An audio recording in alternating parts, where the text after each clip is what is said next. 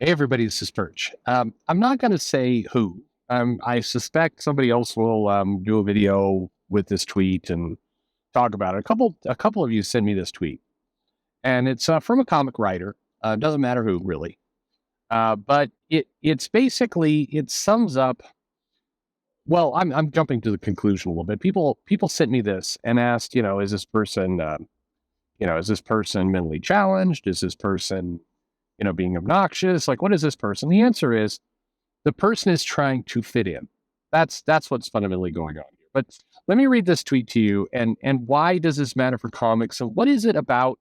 As you've heard from other videos, the religion of poverty, or at least the perception of the religion of poverty. So the tweet goes like this: It says, "As a child, I couldn't fathom why money, which is made up and inherently less valuable than the materials used to make it, would be worth more than the life of even a roach, which I hated. And I guess I'm still 3 mentally because I still don't fucking get it." So this tweet, and at the time of this posting, it's got, dozens of likes and, a lot of people jumping on it. But it's, when you break it down, it's a bit of a nonsense tweet. And I say that because, okay, if you really pressure test it, it's like, all right, so next time you do a comic book, we're going to pay you in food. We're going to give you a food gift card. We're going to just send food to your house. We're going to go to Uber Eats. And, writing this comic, we will send you dinner every night for a month. We're going to send you dinner. That's what this comic, that's what this job is worth, because food is more important than, money, which is less valuable than materials to use to make it. I got bad news for you about some of that crap paper, but anyway, it's fine. But we'll go ahead and send you Uber Eats. Or, hey, you need gasoline to drive. Let's assume you don't have an electric car, probably a safe assumption. We're going to give you a gas card for the month. Actually, your comic writing's improved. We're going to give you 2 months worth of gas card. So you'll be able to fill up as much as you want. What's more valuable in life than experiences? You can hit that open road and you can drive around and see whatever you want. But we're not going to give you money. We're not going to give you gross, awful money. We're going to give you Uber Eats and gas. And these are 2 things that allow you, full belly, happy, and the ability to drive around and, see new experiences and go places. That's what we're going to do. Nobody would take that deal. I mean, legitimately, nobody would take that deal. There would be like, no, we deserve to get paid. I mean, look, don't get me wrong. This individual, correctly, by the way, as many other individuals have pointed out the falling page rates and how, big comic publishers, billion-dollar comic publishers aren't paying a good rate. And look, if the money's not worth anything, why do you care? Maybe, and by the way, Marvel and DC would love you to think this way, maybe the true pay is the experience of working for Marvel. Who cares about that gross capitalist financial stuff? The true value is that you have a chance to write Marvel. Why should you get paid? Hell, if anything, you should pay them.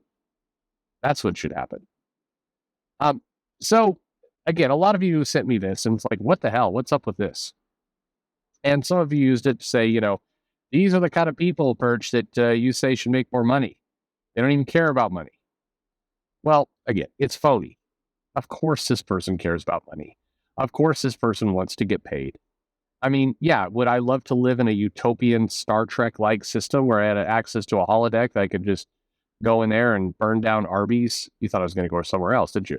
Anyway, I wouldn't go to a different place in those holodecks because, for all I know, some hacker has hacked into that thing and then would be recording Perchington in there in that holo room and then wanting $260 Bitcoin. By the way, that I always wonder, like, as my channel has gone on, it's established more and more continuity. Like at this point, if you're new to the channel, you're like, what's this Arby's Perchington Mumbles stuff? Like, Mumbles pretty much cashed it in 2022. We haven't seen him in 2023. Where's Mumbles? I think mumbles. Well, anyway, um, we're like 2 months no mumbles. So it's a sad state of affairs. But anyway, people have if you're coming to this channel brand new, you have no idea. Like, what the hell is he talking about? A continuity. This is long form storytelling. I practice what I preach. But anyway, sorry for going down that angle. Look, I'd love to live in a utopian society where nobody had to worry about money, but somehow everybody also took pride in their work and put passion into it, pushed each other to do better, and strive harder, and get more stuff done. And we all encouraged and empowered each other to be the very best people we could be. That sounds wonderful. I would love to live in that world. I'm not going to. I mean, I've resigned myself to the fact that I will die before I ever see that world, because human nature, as it turns out, is pretty flawed, pretty broken in a lot of ways. So, what's the basis behind this tweet? It's to look cool to the Twitter kids, because the person who wrote this is not a kid. I mean, this is a person in their 30s. That look, this is this is somebody who's trying to make themselves look cool to, the cooler commie kids they want to hang out with on Twitter. That's all this is. That's all. It turns out if you're on Twitter and you post something like, I like money, money, money, money, yay for money. Won't you give me money? People don't like that. Like, everybody thinks you're gross and greedy. Like, they don't like, you get no credit if you're doing that. Nobody wants to hear that. But if you go on Twitter and you say, down with capitalists, capitalists bad, they're bad people because they the working class stuff. If you go on Twitter and say that, then yeah, you do much better. People like that. Then you get some good attention. But that's all that's happened there. I mean, look,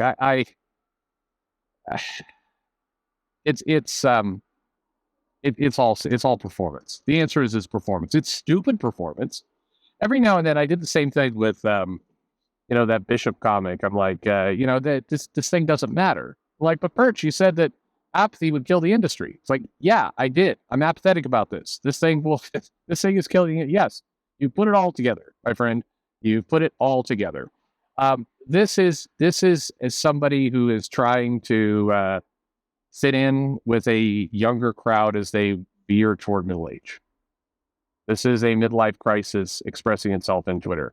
This is somebody who, probably the best years of their life were, who knows, hanging out in a record store and, discovering One Direction for the first time. I have no idea what's going on there, but this is somebody trying to reclaim their youth by appealing to people on Twitter who they believe are the younger, cooler crowd.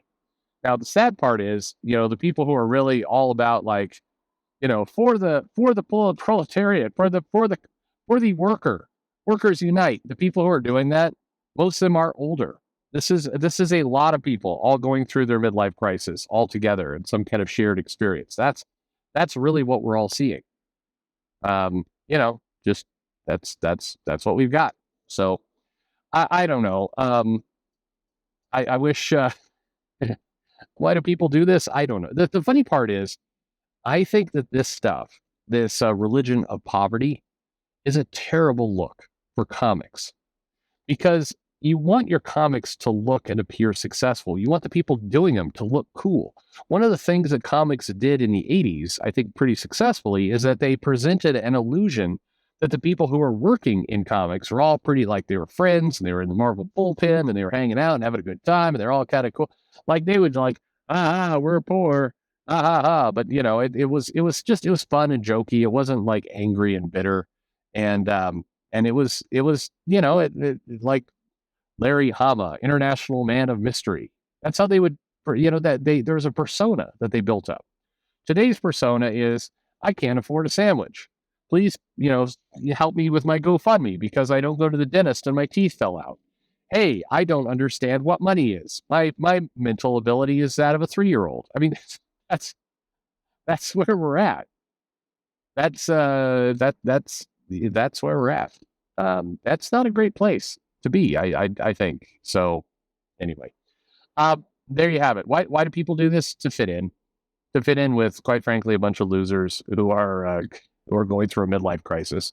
There you have it. There's a super great answer. Anyway, yeah. I mean, this person isn't even writing comics right now, so what do you care?